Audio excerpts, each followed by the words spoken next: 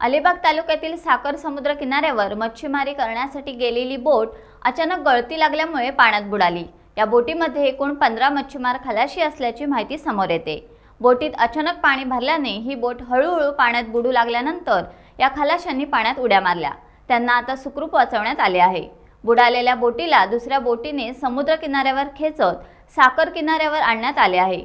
बोटीमधील सर्व सामान वाहून गेल्याने नाकवांचे 12 लाखांचे नुकसान झाले असल्याची माहिती मच्छीमार नाकवांनी सांगितली। सध्या या बोटीतील पाणी काढण्याचे काम पंपाने सुरू आहे।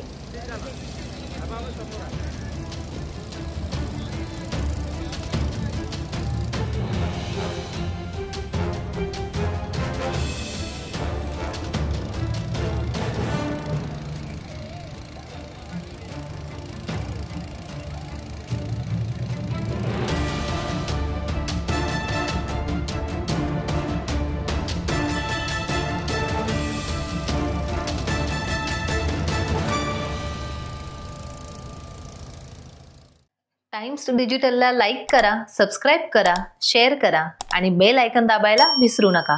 पाहत रहा टाइम्स डिजिटल।